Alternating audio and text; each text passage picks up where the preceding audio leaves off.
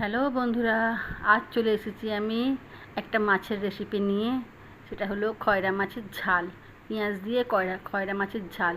এই দেখো, আমি মাছের ঝাল রান্না করার জন্য প্রথমেই খয়রা মাছগুলোকে নুন হলুদ ভালো করে মাখিয়ে নেব। এই আমি নুন দিলাম, হলুদ দিলাম, ভালো করে নুন হলুদ মাখিয়ে নেব।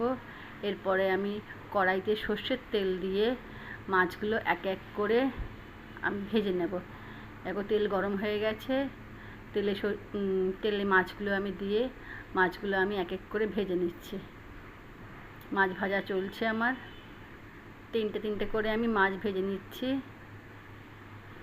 এই আমার মাছ ভাজা চলছে। এবার মাছ ভাজা হয়ে গেলে আমি ওই তেলের মধ্যে আরেকটু সর্ষের তেল দেব, দিয়ে তেলটাকে ভালো করে গরম হতে দেব।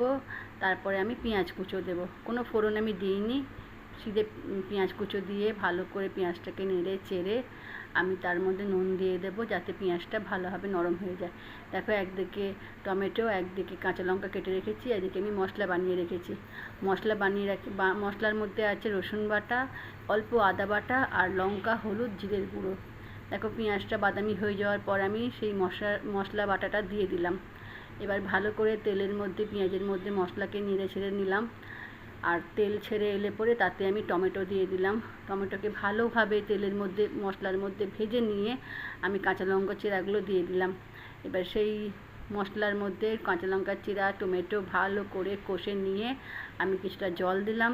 জলটা ফুটে এলে পরে তার মধ্যে আমি মাছগুলো ছেড়ে দিলাম। দেখো, মাছগুলো আমি তার মধ্যে ছেড়ে দিলাম।